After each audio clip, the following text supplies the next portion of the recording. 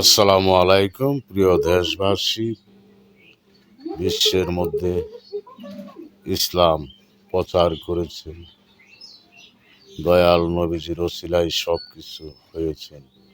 আল্লাহর অলিগণ ইসলাম প্রচার করেছে বাংলাদেশে।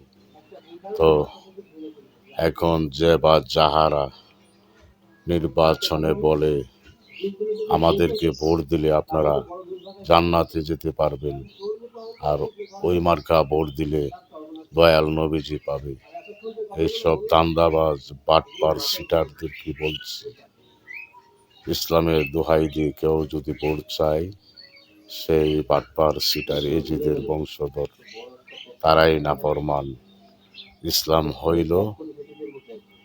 ইসলামের হুঁটি হইল 5টি: কালিমা, নামাজ, রোজা, হজ, জাকাত।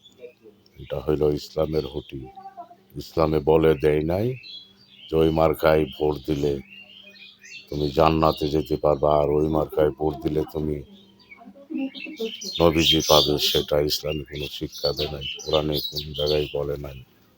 সেই ইসলামের দোহাই দিয়ে যারা রাজনীতি করতেছে তাদের স্থান হবে ওই বড় ধৈর্যকে।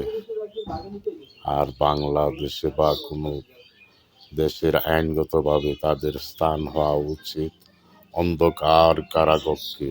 এইসব বাটপার সিটারদের স্থান হওয়ার কথা অন্ধকার কারাকক্ষে।